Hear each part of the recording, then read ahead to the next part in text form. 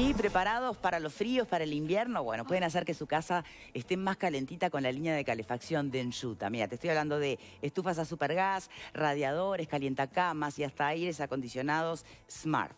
Todo en calefacción lo encontrás en Enjuta. Enjuta, toda una vida contigo. Bien, retomamos. Planteaba en el bloque anterior algo que leía de una televidente, que era eso de que, bueno, para los padres, por ejemplo, de hijos adolescentes, jóvenes, te da tranquilidad saber que no van a o tomarse un taxi o contrataron un auto entre varios o el transporte que sea.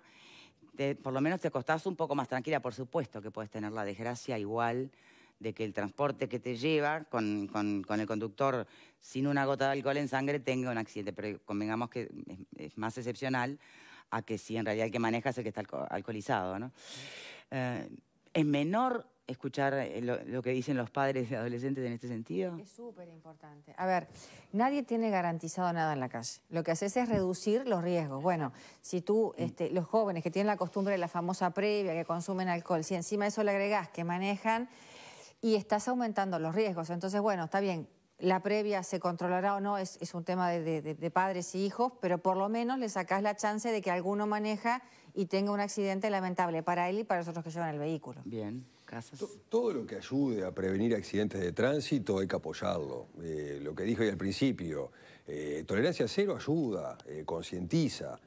Me parece que, como bien dice Verónica, estamos retrocediendo si lo volvemos nuevamente al 0,3 por todo lo que habíamos hablado anteriormente. Digo. El uruguayo maneja mal, manejamos mal. El tránsito es complicado, las calles son complicadas y si encima de eso le sumamos todavía un 0,3 de tolerancia, se va a complicar más todavía. Yo entiendo los reclamos del sector, los comprendo, puedo llegar a compartirlos.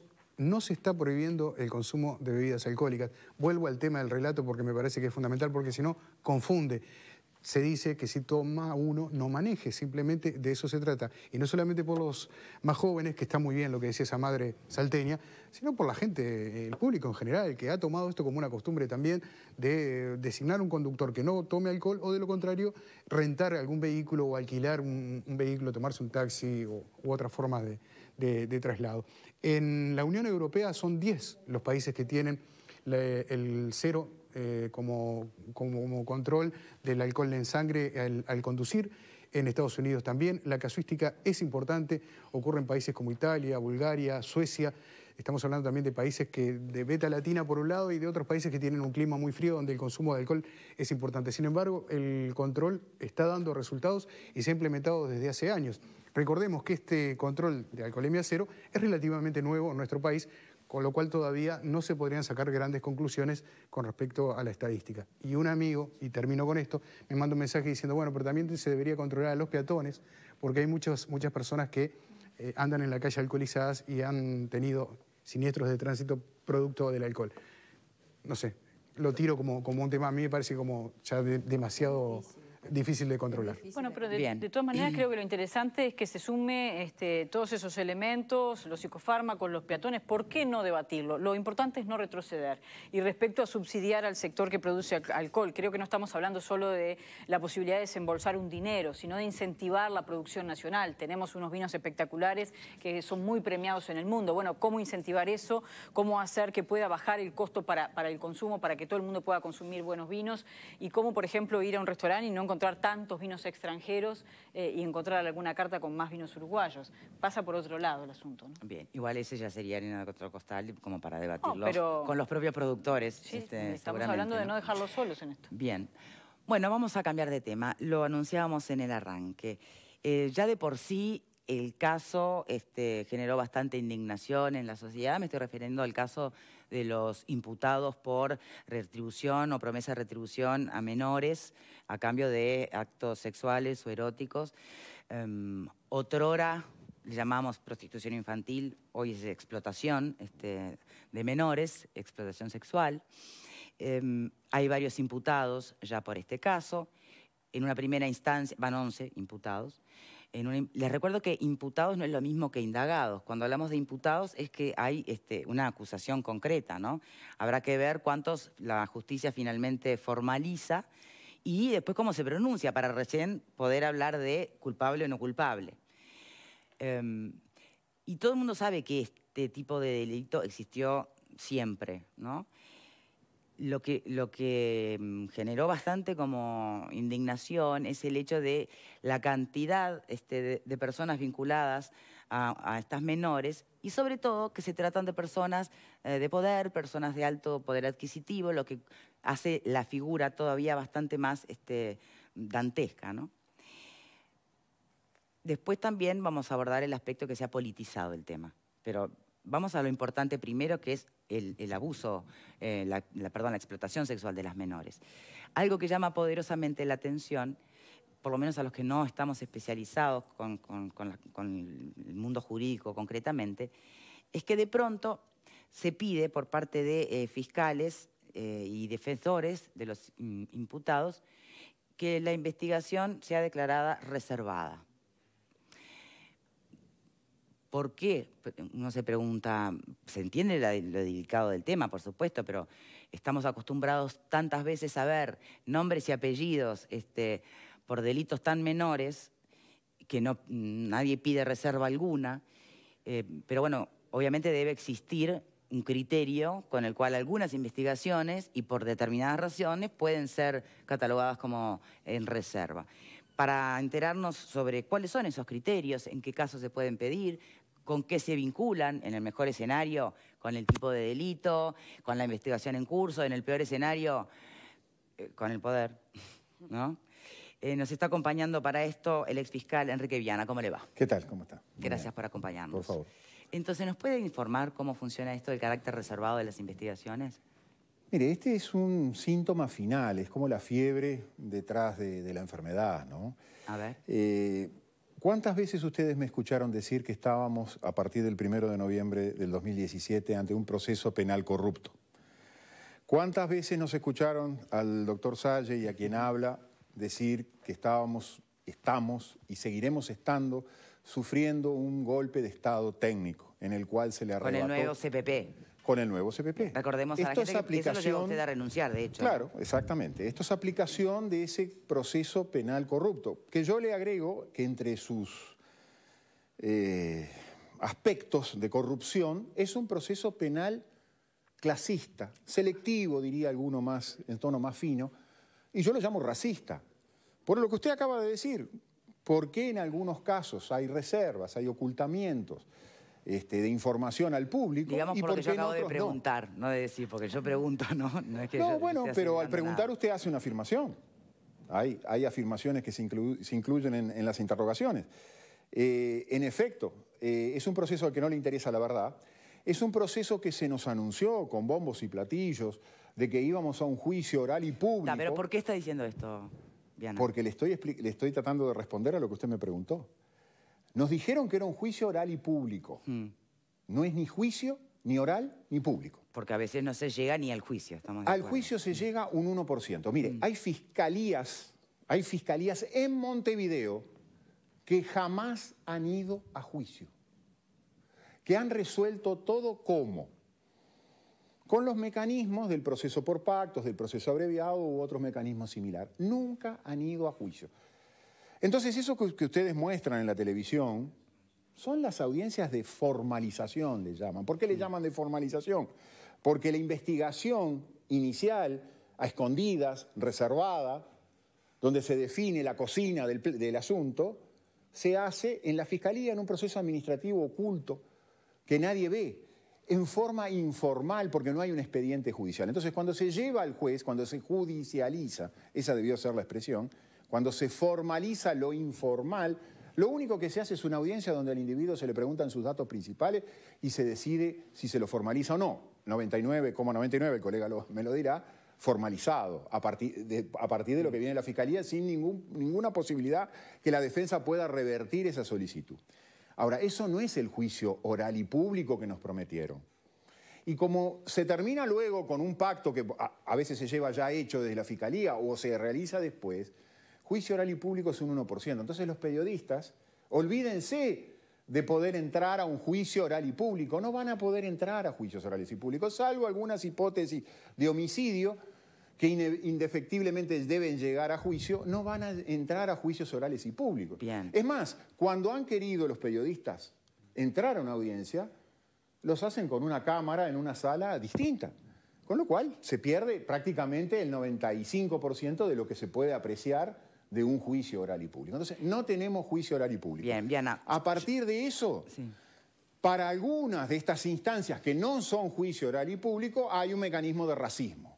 Para mis clientes, para los clientes del doctor que está acá, colega, para ellos, sí, posiblemente haya un enfoque de cámara, posiblemente al momento siguiente de que van a ser fichados, la policía filtra los datos de las personas. Para estos otros casos, no. Ahora, curiosamente, en este caso pasó una cosa muy curiosa, porque los primeros 5 fueron todos publicados. Los primeros 5 sí. Habría que preguntarse por qué los segundos 5 no. Ahora, yo también voy a otra cosa. No, pero espere. La pregunta concreta es, ¿se ampara en norma, en el criterio del juez. Queda abierto con las hipótesis que están previstas en la ley, queda abierto al criterio del juez. Si el juez entiende no está descrito en ningún lado que puede afectar la intimidad de alguna de las personas, le abre una excepción que es más grande que la regla. Quizás aquí la única excepción admisible es que no se divulgue el nombre del adolescente, obviamente. No, pero acá no va la reserva por el lado de las menores. Yo voy a algo más. ¿Por qué este ocultamiento? Porque estos delitos son inescarcelables. Este delito al que hizo usted mención, que no es un delito que estuviera previsto antes en el Código Penal, fue previsto hace relativamente poco, hace unos 7 u 8 años, si no recuerdo mal. Pero lo cierto es que es un delito con pena mínima de 2 años de penitenciaría, inescarcelable. Y entonces, yo me hubiera gustado ver, como todos ustedes, cuál fue el fundamento para no disponer estos 10 o 11 formalizaciones sin prisión frente a un delito inescarcelable. Porque a mi cliente, decía, los clientes del doctor, perdonen que lo tome. No, está bien, Por ejemplo, no formalizan con prisión, por más que pongamos la lanza y el grito en todo esto. Entonces, bueno, pero no es preceptiva la prisión preventiva. No, pero por lo general, como dice Enrique, tiene razón. Yo ahí podemos tener una discrepancia. Yo creo que es preceptiva. No, pero no está declarada como tal en el nuevo código. No, pero en la Constitución sí. En la Constitución dice que los delitos que tienen pena de penitenciaría, la prisión, la libertad provisional no existe, la libertad no existe, el proceso con libertad no existe, para llamarlo en términos genéricos. Entonces, conforme a la Constitución y al Código Penal, debieron haber sido formalizados con prisión. Y misteriosamente no. Y misteriosamente los periodistas, como no pueden estar en la audiencia, entre otros los periodistas y todos los que recibimos la información de ustedes, no podemos cuestionar esas cosas. No se quiere cuestionar esas cosas. ¿Por qué? Porque este es un proceso... poder podemos, porque de hecho lo estamos haciendo acá, por ejemplo. Claro, pero poder no podemos cuestionar, pero ustedes no tienen la capacidad de poder entender por qué se da una solución en unos casos y por qué se da una solución en otros. ¿Por qué cuando son los clientes de barrios, los clientes míos y el del colega, de barrios pobres, esos siempre van con prisión y para adentro y filmados y mostrados por donde sea? ¿Y por qué en este caso no? Porque hemos ido a un proceso penal corrupto, inmoral, clasista, racista. Estamos viviendo un golpe de Estado técnico que, para colmo, en la LUC, todos van a votar porque siga. Sí, porque nunca se puso en cuestión. No, hay unas modificaciones que son de modificaciones, sí, pero no en su naturaleza. Bueno, pero misteriosamente, este código, ¿sabe cómo yo lo llamo este código? Lo llamo el código, últimamente lo empecé a llamar el código Yankee-Fa. Porque es el código del Departamento de Estado y de Justicia de Estados Unidos, Embajada de Estados Unidos de por medio, que invitó varias veces al fiscal general y a los fiscales a preguntarle cómo iba en el funcionamiento, que fue puesto en funcionamiento por el Frente Amplio. Con la anuencia de los partidos blancos. Sí, ojo, ¿no? Sí, pero fue puesto en funcionamiento por los comunistas. Los comunistas poniendo en funcionamiento un código del imperio yanqui. Paradoja, ¿cómo era aquel señor que decía que golpeaba y decía paradoja, paradoja? No, alguien que me explique, mejor dicho, yo sé cuál es la explicación, pero alguien que intente explicar eso. Bien. Me acuerdo que el diputado Groba en algún momento dijo, ¿qué pasó? Que fueron a la Embajada de Estados Unidos allá por el 2017, antes que entrara en vigencia. Que fueron los fiscales, hay una injerencia del imperio yanqui, dijo Groba. Y al rato alguien lo llamó y le dijo, no, mirá que estamos todos de acuerdo. Bueno. Y Groba se cayó la boca. Bien. Me gustaría preguntarle, Viana, más allá de la postura coherente sobre el código que usted siempre ha manifestado, podemos debatir al respecto si le damos la razón o no. antes de la aplicación de este código, ¿no había una justicia clasista, racista, donde uno veía determinados abogados y sabía que les iba a ir mucho mejor a sus clientes porque los nombres eran más o menos los mismos y se repetían y tanto usted, yo y los que están viendo sabe de quién estamos hablando? Muy buen punto. ¿No existía eso antes del código? Sí, existía. El problema fue cuando la pusieron en el código. Esto Cuando institucionaliza eso. Institucionalizaron, legitimaron, hicieron ley la práctica corrupta a la que usted hace mención. Eso que usted hace mención en el pasado existía. Era una práctica corrupta, no de todos. Ahora le hicieron la regla general. La pusieron en una ley y le hicieron la regla general. Claro, regla general que se lleva por delante artículos de la Constitución. Ahora, bien, usted Para eso tuvieron que sacarle a los jueces el poder de instrucción y dárselo monopólicamente a una agencia del gobierno llamada Fiscalía General. Agencia del gobierno, Fiscalía General, que está en el colapso total, no por el COVID. Ahora no recibe denuncias. ¿Ustedes saben que las fiscalías penales no reciben denuncias? No hay que el código agendarse. dijo que tienen que recibir denuncias. La Fiscalía General no recibe denuncias, nos manda a las comisarías a hacer las denuncias. Viana, ¿me permite una pregunta? Ilegal, totalmente. Ni siquiera respetan el nuevo código. Fíjese usted, esa es una norma que está en el nuevo código. Viana, usted habla del nuevo código Sí. y del sistema como corrupto y los demás apelativos. Sí, ¿no? correcto. ¿Es lo mismo decir que son todos corruptos los fiscales, son todos corruptos los jueces? No, que los fiscales tienen que aplicar un código corrupto. Y por ¿Y consecuencia... Poncio Pilato entonces se lavan las manos? ¿Cómo Pero es? si los fiscales cuando nos reciben en la fiscalía... Pero usted nos habla de la reciben con una discrecionalidad de amenaza. un juez, por ejemplo, para decir cuándo un caso es reservado y cuándo no. Ah, sí, por supuesto. ¿Entonces? Por supuesto. Bueno, pero eso es corrupción. Eso no es corrupción decir que para los ricos el caso es reservado y que no se sepan los nombres. Y para los pobres, dale que va. Eso no es... ¿Usted no considera que eso es inmoral e incorrupto? Por supuesto, entonces la pregunta es, ¿la herramienta es lo que está mal o es el uso que hacen de la herramienta? No, la herramienta es la que está mal. Claro. La herramienta le sacó el poder a los jueces de instruir y se lo dio a una organización que depende del gobierno que decide quién va preso y quién no va preso. El gobierno decide quién va preso y quién no va preso. Ahí arranca el problema. Ahí arranca el problema. Usted no tiene hoy un juez independiente que decide, de acuerdo a su conciencia, cómo instruir y cómo llevar adelante una instrucción. Hoy tiene una agencia del gobierno que está verticalizada, sometida a instrucciones, que es la que decide qué se investiga y qué no. Mire, me consta porque me han dicho, gente de la Fiscalía, que hay un grave problema dentro de la Fiscalía porque no se sabe cómo se archivaron muchísimos asuntos sin que ningún fiscal lo hubiera visto. ¿Quién lo archivó entonces? ¿De qué época me está hablando? Ahora, ¿De cuándo? De ahora, de ¿Ahora en la locura COVID? No. Ahora la locura que venía antes del COVID. Aprovechando el COVID. Porque cuando no se reciben denuncias, ¿qué se hace? Se aprovecha el COVID y dice, voy a tratar de limpiar todo lo que tengo, todas las pilas que tengo de asuntos que no puedo sacar. Se ha inventado un sistema por el cual la persona va y hace una denuncia. Antes del COVID, olvídese del COVID. Hace la denuncia en la seccional policial y la persona dice, bueno, le dicen, ahora va a pasar a fiscal. Se va. Pasa el tiempo y dice, voy a llamar a un abogado a ver si me averigua qué pasa en fiscalía. El abogado va a preguntar en fiscalía y entonces ¿sabe lo que primero le pregunta? ¿Quiere que lo vea un fiscal? Porque esa denuncia que se hace en la comisaría pasa a una nube administrada por una oficina que se llama DPA, de distribución de asuntos, distribución y depuración de asuntos, una palabra fea, depuración.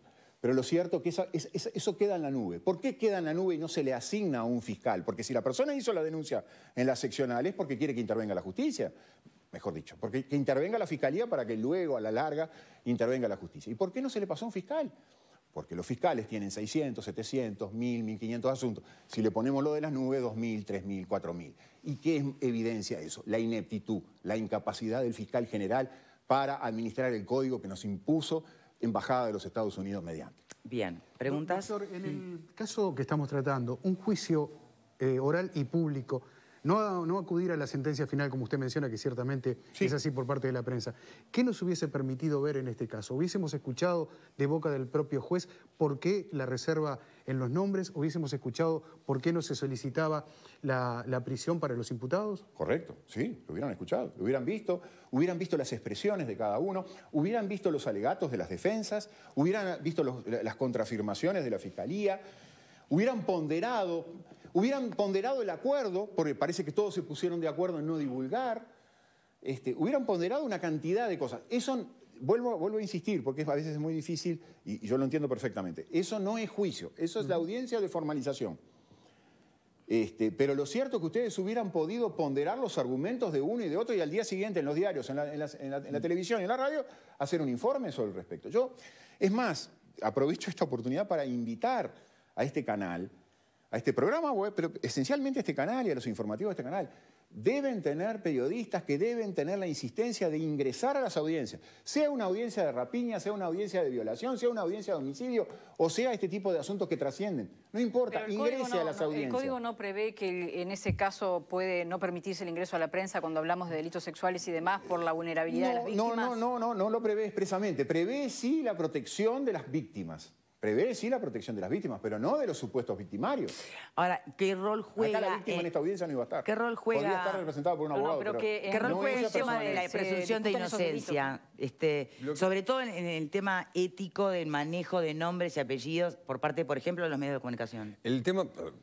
Dos o tres puntos. Yo con Enrique, o sea, estamos en posiciones diferentes con respecto a este código. Anteriormente, cuando el doctor también era fiscal, recuerdo que íbamos al SIC y nadie se enteraba absolutamente de nada. Cuando vos ibas y el individuo estaba ya detenido, lo procesaban y vos recién te dabas cuenta de por qué lo procesaban, recién te daban acceso a la prueba, si es que te la daban, el fiscal pedía procedimiento con prisión, suerte en pila y bajaba de ahí. Se hacía prueba ante el juez. Enrique, se hacía prueba ante el juez. En este código, para información de ustedes, no se hace prueba ante el juez. El juez procesa por el relato de la fiscalía. Venía un informe de la policía, pasaban a careo y ahí mismo se había procesado. Algunos jueces sí, pero no todos. Algunos fiscales sí, pero no todos. No digo que es tu caso. Pero digo, sucedía así. Ahora creo que hay un poco más de transparencia. ¿Qué es lo que pasa? Yo creo que no. En el tema de la presunción de inocencia es algo que es importante, que aparte que cada vez se está utilizando menos. Porque estamos volviendo a la regla ahora de la formalización con prisión por las dudas. Eso es y es lo que estaba diciendo Enrique recién. Estamos volviendo de vuelta al viejo código. La presunción de inocencia, si vamos a aplicar Estamos volviendo al viejo SIC.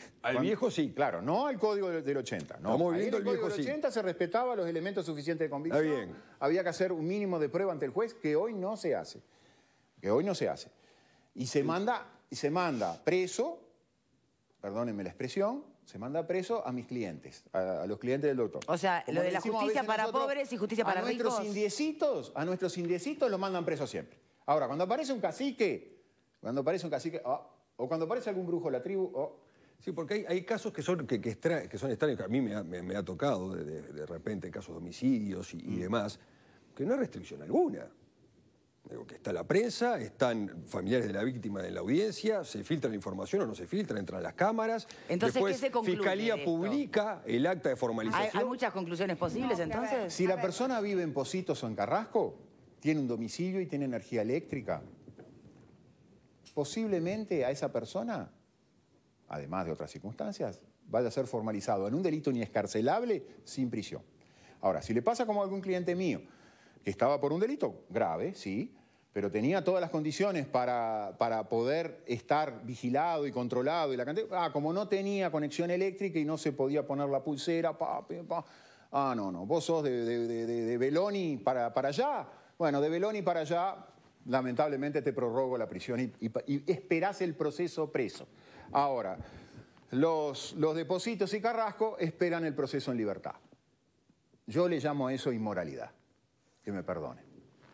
¿Se puede concluir alguna otra cosa? Sí, vinculado al caso específico, yo puedo entender que las defensas particulares de cada una de las personas le pida la reserva, bueno, por los rangos y por los lugares que ocupan. Lo que no puedo entender, y me gustaría que alguien me explicara, es por qué... ¿Entendés que lo puedan pedir, pero entendés que se les otorgue por esa razón? No, yo no lo otorgaría ni lo entiendo. Entiendo que los abogados lo pidan porque sus clientes se lo piden. Lo que no puedo entender es la reserva que pidió la fiscal. La única cosa... Porque era un delito inescarcelable y debió haber pedido con prisión y pidió sin prisión. Entonces... Está ocultando su proceder selectivo, su proceder clasista. Pidió en un delito inescarcelable... Claro. Si el delito lo hubiera cometido un indiecito de mis clientes... La formalización era con prisión. Como lo cometió un cacique, que por lo general no son mis clientes, la formalización fue sin prisión. Ahora, doctor... Y la fiscal queda en evidencia que frente a dos situaciones iguales, en función del estatus social del individuo, toma dos criterios distintos. Está bien, pero la No jueza... quiso que se supiera eso. Pero la juez Bien, podría Diana, haber No cambiado. quiso que ustedes lo vieran, que el público lo viera. Bueno, a ver. Pero la juez podría cambiar. Estamos todos preguntándonos lo mismo. Al otro día no estábamos nos acá agarró debatiendo distraído a nadie. justamente no se porque no le preocupe, dio Diana. emisión. Pero yo les estoy diciendo lo que ustedes presumieron. Usted, ¿Es verdad? Usted es absolutamente consciente que le puede caer a usted una acusación por difamación e injuria, ¿A ¿no? quién? A usted. Ay, pero por ¿de parte quién? de la fiscal. ¿A quién por ejemplo. difamé? No, yo digo No que sé la si es fiscal difamación tiene o no, dos pero la criterios acusó de distintos. corrupta o de... Que o de- están dos criterios, la fiscal tiene dos criterios distintos que están estampados. Es más, en el mismo asunto tuvo dos criterios Bueno, distintos. usted la En llamó uno de alguna divulgó y en manera otro no. inmoral. ¿Por qué en uno divulgó y en otro no? ¿Qué apellidos había en el segundo grupo que la hizo desistir de divulgar como se divulgaron los Ahora, nombres en el Diana, primer ¿es grupo? tema del código o son temas también de los fiscales que no estaban preparados para aplicar esto? No es la primera vez que a esta misma fiscal se la cuestiona por problemas, No, yo no digamos, tengo nada técnicos. contra la fiscal, no tengo nada en especial. Lo que sí digo, vuelvo a insistir, es que el nuevo código establece y permite estas cosas. El nuevo código se estableció con un sistema de pactos. Que pretendía ser Volviendo un poco a la garantista en pregunta suya, realidad, ¿usted ¿no? cree Recordemos que va a haber eso. sentencia, que va a haber juicio oral y público en esto? ¿Alguno de ustedes cree? Yo creo que esto todo se va a resolver entre pactos. Con lo cual, uno de los graves problemas que tiene este código, lo dice el código. Yo tenía una abuela que me decía, cuando quieras leer una novela, lee los primeros, o vela una novela de la televisión, mira los dos primeros capítulos, los dos del medio y los dos finales. Cuando uno mira el del medio, cuando uno va al medio del código, artículo 142, si no recuerdo mal, cuando uno va al medio del código encuentra una frase maravillosa. El principio que rige el código es la certeza, la verdad. Salvo en una hipótesis, en los procesos pactados. En los procesos pactados la verdad no interesa. Entonces, ¿alguna vez en este caso sabremos la verdad? Depende de gran medida de los periodistas. Es una responsabilidad de los periodistas insistir con este caso. Y ver cómo se resuelve. Ojo que le está poniendo a los periodistas también una responsabilidad. No, Pero hay una cosa- ustedes no Pero eran no los que somos querían fisc- juicio oral y público. Bien, pero digo, el Díganme, periodista pónganse la mano en el fiscal corazón. es fiscal. Tú no, pero los periodistas no se ponían la mano Sí, por en el supuesto. pecho y querían juicio oral y público. Bueno, el juicio oral y público es para ver esto. A ver, Pepe, para vos ver querías las juicio oral y debilidades, público. los errores. Está perfecto, Por pero si el supuesto, arreglo todo lo que no te lo transparente, permite. sí, Claro. pero de todos los juicios que se han intentado que fueran oral y público, muchas veces la prensa no pudo ingresar. Y se ha insistido, me consta de los colegas que se ha insistido para entrar y no se les ha permitido. Por cuestiones hasta locativas, porque no había espacio, en fin. Otra pregunta relacionada con este tema. Se me fue lo que le iba a preguntar ahora. Pero, No, pero una acotación, vuelvo a insistir con esto. Juicio oral y público hay un 1 o un 2% en el Uruguay.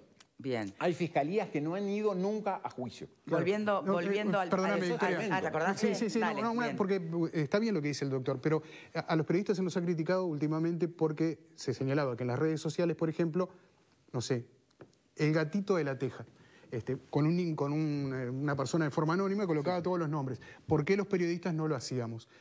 Hay un tema de responsabilidad también No, por que nos supuesto. cabe en este caso porque estamos hablando de la presunción de inocencia, como decía Pablo. Es muy difícil tapar el sol con Claro. el dedo, ¿no? Uno sabe de dónde los nombres que se quieren mantener en reserva, uno sabe de dónde salen.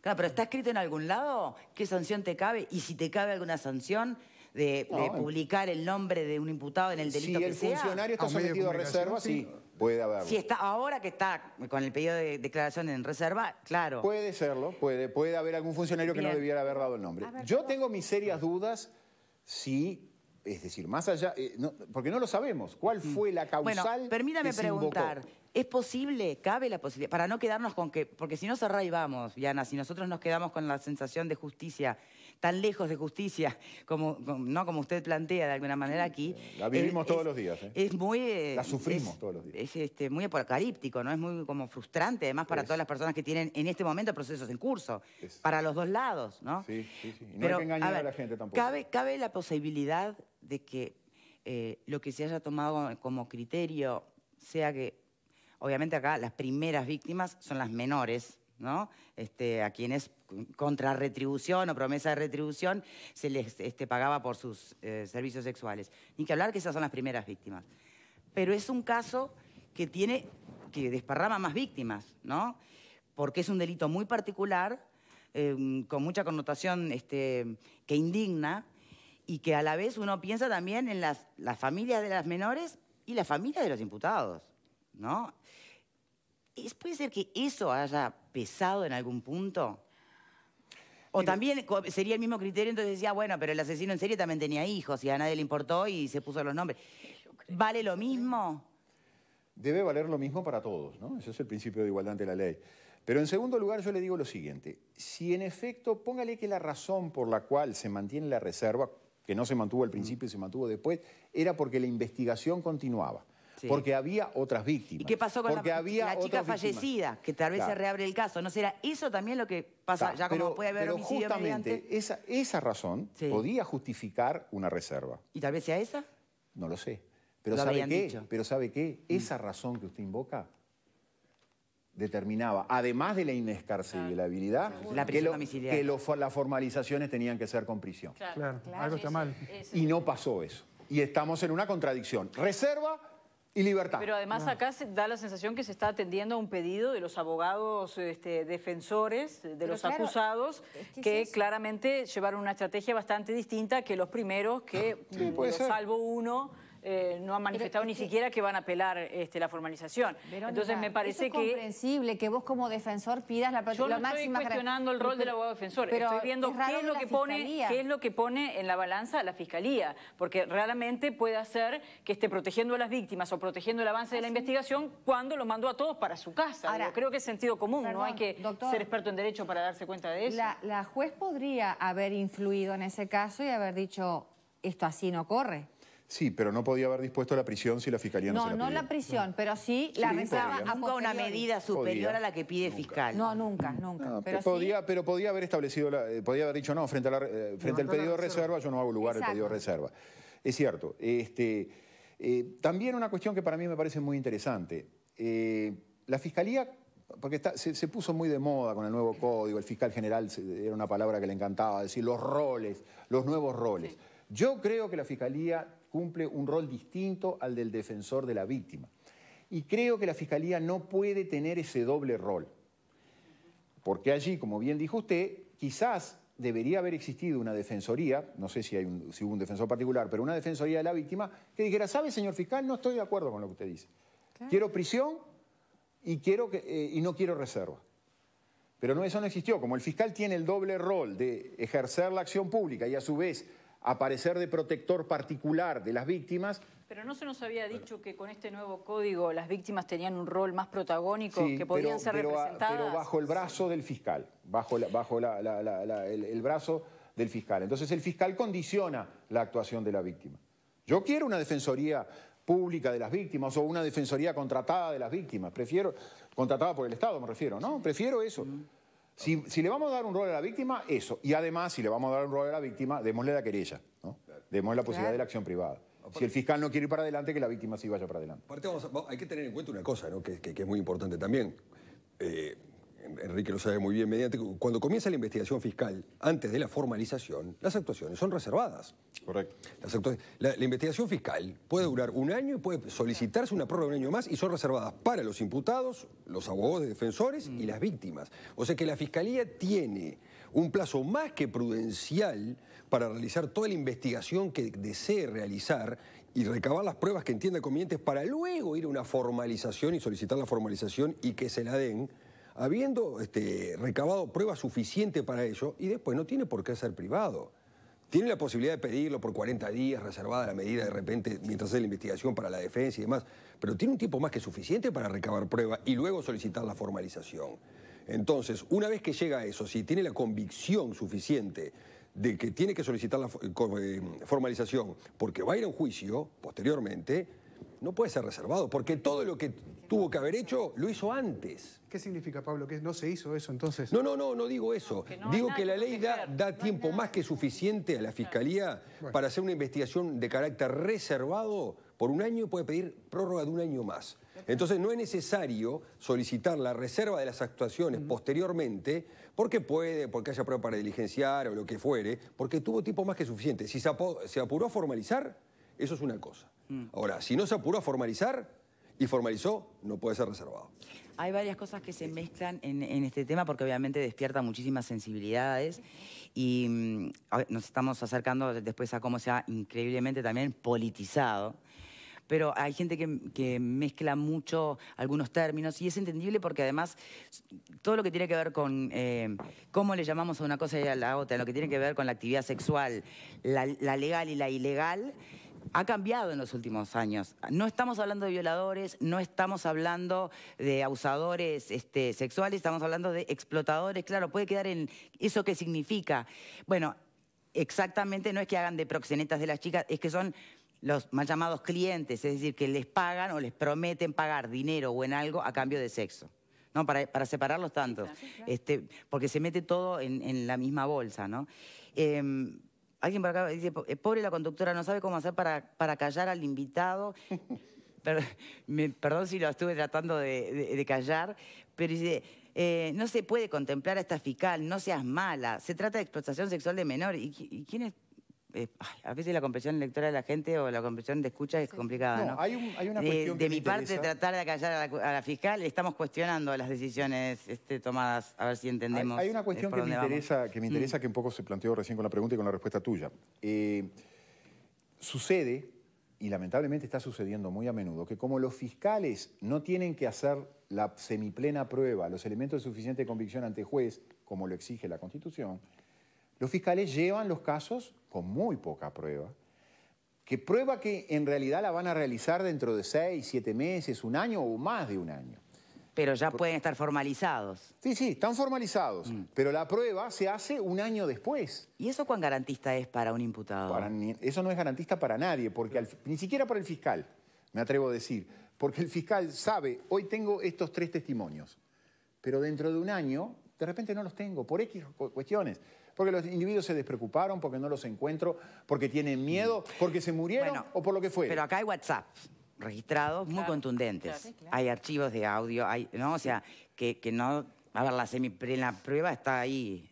Por lo menos en algunos casos, correcto. No sé en todos. Ahora, ¿no? eso alcanza después para ir a un juicio, para ir a prueba, para dar la sentencia definitiva en todos los casos. No, en todos los casos no sé, pero en algunos está perdónenme, cuando el fiscal en un delito de estas características pide sin prisión, me da que pensar que el fiscal no las tiene todas consigo.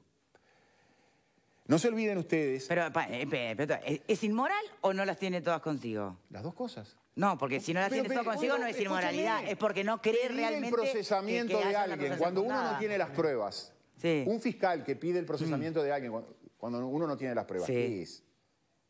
Entonces no pide el procesamiento, eso es lo que me está queriendo decir. Si no tiene las pruebas, no. Como dijo el doctor, tómese más tiempo, tiene todo el tiempo del mundo. ¿Y ahí cree que la presión de la opinión pública puede haber? ¿Ustedes se acuerdan lo que yo les dije alguna vez? Que los fiscales y los jueces 2 meses antes de ponerse en vigencia del código fueron a buscar seguros de mala praxis y firmaron se consiguieron seguros de mala praxis. Nunca visto en la historia del Uruguay que los jueces y los fiscales tuvieran seguros de mala praxis. ¿Por qué los jueces y los fiscales 2 meses antes de la vigencia del código fueron a buscar seguros de mala praxis? Como lo advertía Chediak, nos vamos a equivocar. Porque yo le preguntaba... Nos vamos a equivocar. ¿Tiene que ver con eso? Exacto, nos vamos a equivocar. Y nos vamos a equivocar metiendo gente presa inocente. Y después, papá Díaz... nos va a pagar la indemnización que le reclamen y después nos va a ir a venir a reclamar al bolsillo nuestro. Y para que no duela en el bolsillo nuestro tengo que salir a contratar un seguro. Tengo que reducir mi sueldo, pagar una cuota de un seguro por la eventual demanda que me va a hacer mi jefe que tuvo que pagar primero. Entonces, ¿los fiscales pueden actuar tranquilos así frente a esa situación? ¿Se acuerdan que cuando empezó el código los fiscales no formalizaban? Porque claro, el cambio fue tan impactante y se dieron cuenta que iban a meter gente presa sin prueba, sin hacer la semiplena prueba, y yo qué sé si la tengo dentro de un año, que no se animaban a procesar, no se animaban a formalizar. Y ahora, cuando yo veo algunas formalizaciones sin prisión, a mí me ha pasado en algunos casos que a los fiscales se les empieza a caer, de casos importantes, graves de homicidio, a los fiscales se les empieza a caer la prueba. Lo formalizaron al individuo con prisión, se le empieza a caer. ¿Sabe lo primero que hacen? Testigos que se asustan y no quieren hablar, ese tipo de cosas. Claro, pero ¿sabe lo que hacen? Lo primero que hacen es le dan la libertad. Después que yo insisto 3 o 4 veces, le dan la libertad. Y a los 20 días, a los 30 días, le dan le piden el sobreseimiento. Sí. Porque no se puede seguir la causa. El individuo se comió 10 meses preso, siendo inocente. ¿Es un problema del código o es un problema que el código se implantó sin estar preparado? Porque muchos países ofrecieron dar una ayuda para capacitar y no se aceptó. El código ha fracasado en todos los países del mundo. Incluso ya se sabía que había fracasado en Chile, que había fracasado en México, que había fracasado en Perú, en Ecuador. Fracasó en todos los lugares que se impuso. ¿Desde porque qué es un código que no obedece a nuestras normas constitucionales y a nuestra tradición jurídica. Es un código que viene de otra tradición jurídica distinta. ¿Con qué criterios, Viana, usted plantea que fracasó? ¿Porque aumentó la delincuencia, porque aumentaron los juicios contra el Estado por indemnización, justamente por cárceles injustas? ¿Cuál es el criterio para analizar? Presos inocentes, que luego se tienen que sobreseerlos, porque no hay juicio oral y público. Un 1% de juicio oral y público. Porque tenemos un proceso por pactos, a escondidas, que se hace en un lugar reservado, que ustedes no saben por qué se pactó y se llegó a tal pena. Yo tengo un tema, por ejemplo, le voy a comentar, tengo un tema de un homicidio donde se me ofreció un pacto de 10 años por ese homicidio. Ahora se me acusa, como mi cliente dijo, soy inocente, no tengo nada que ver, yo no fui, ahora la Fiscalía me acusa por 25 años. Pero era evidente, digamos, la figura extorsiva. Agarrá 10, porque si no te pido 25. Al mismo tiempo... Sí, pero ningún inocente va a agarrar 10. Si agarra 10 no era inocente. Pero ningún inocente no... Pero mire, hay unos trabajos en Estados Unidos... No sé, se me ocurre, ¿no? Les invito a ver un trabajo escrito en Estados Unidos, un trabajo periodístico que se ha ido repitiendo en el correr del año. Empezó con un trabajo original que se llama Why Innocent People Plead Guilty. ¿Por qué la gente inocente se declara culpable en Estados Unidos?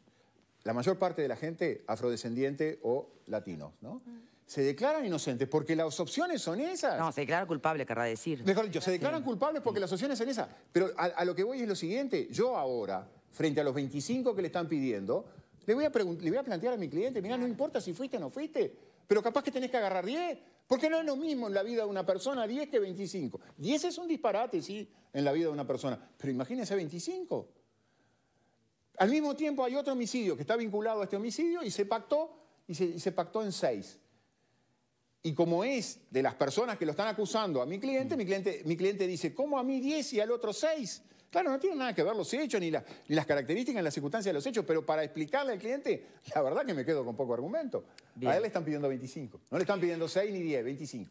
Volviendo entonces al caso y a las repercusiones, ya que es absolutamente, creo que de peso y que no hace falta aclarar que obviamente acá el gran título es, bueno, y las primeras grandes víctimas, las menores, ¿no? Pero, ¿qué pasó? Que en el interín, yo no sé si con fines concretamente políticos en la génesis, después sí se abusó políticamente, ¿no? Pero se empezó a acusar a determinadas personas de estar vinculadas con alguno de los imputados. En concreto, y la que tomó mayor trascendencia, es esa acusación que se hizo de que uno de los imputados era pareja de la candidata intendenta a la intendencia Laura Raffo, intendencia por Montevideo, ¿no? Al punto que la propia Raffo hace una denuncia por difamación e injurias. Y hace público ese hecho, hace pública que denunció, ¿no? Ahí está, incluso, si se fijan en su tweet, explica, ¿no?, por qué decide hacer la denuncia. Y para no quedarnos en lo que es la red anónima, porque de eso es imposible explorar, nunca vamos a saber, a menos que obviamente delitos informáticos dé con el creador de esa información falsa. Cuando quiere dar. Espere, nunca vamos a saber quién la puso primero, cómo la divulgó, quién la retuiteó, digo, todo eso. Pero donde sí nos quedamos y miramos es en cómo se formuló una polémica a nivel ya de personajes públicos, sobre todo políticos, ¿no? ¿Vieron lo que le contestó, por ejemplo, la ingeniera Cose a lo que le puso al tuit de Raffo? Bueno, que en realidad de alguna manera estaba, sí, que era horrible, pero que no desviara la atención, que la víctima en realidad eran las menores. Y eso, palabras más, palabras menos, ha venido pasando desde con distintas voces, ¿no? Como acusándola al final de desvirtuar el tema y que lo de ella era un tema menor. Epa, ¿es un tema menor? No, no es. ¿Tu derecho a que no te difamen? No es un tema menor. A ver, cuando a ti te están afectando de esa forma, no es un tema menor. Yo puedo entender que quizás parados del otro lugar sí está quejándose y en realidad son mis hijas o mis hermanas las que están como víctimas de la red de explotación. Pero para la persona que recibe una acusación injusta no es un tema menor. O sea, hay que tener también respeto y tener cuidado con lo que se difunde.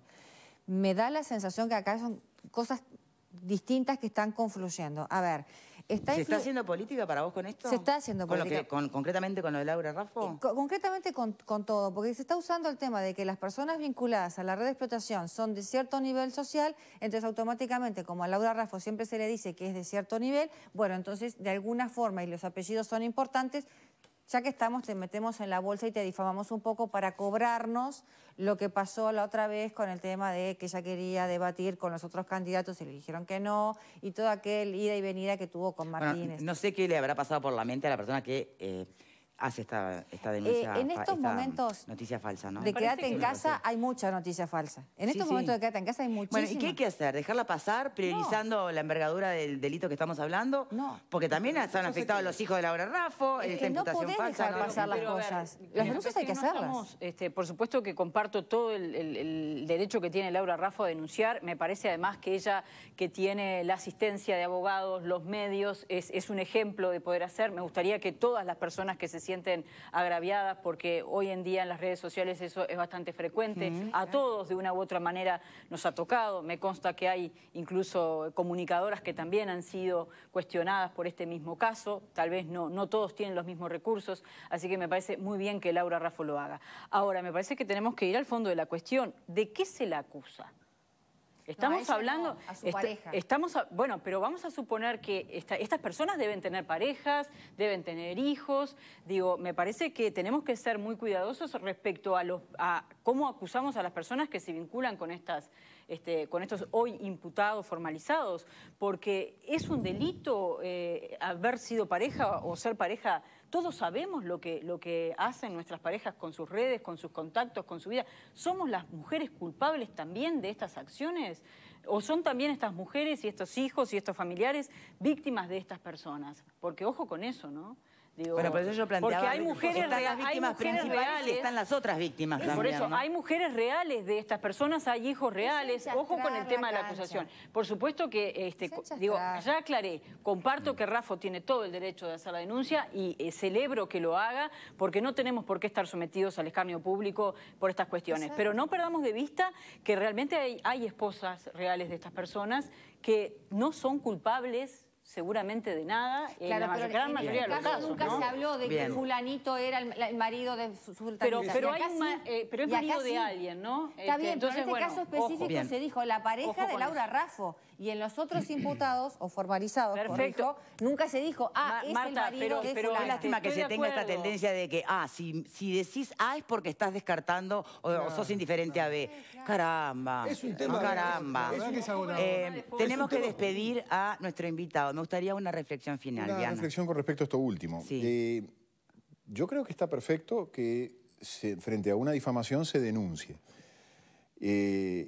Y creo que están todas las reglas de que si es un político haga el énfasis, por ser político, de que se atienda a su denuncia. Sí.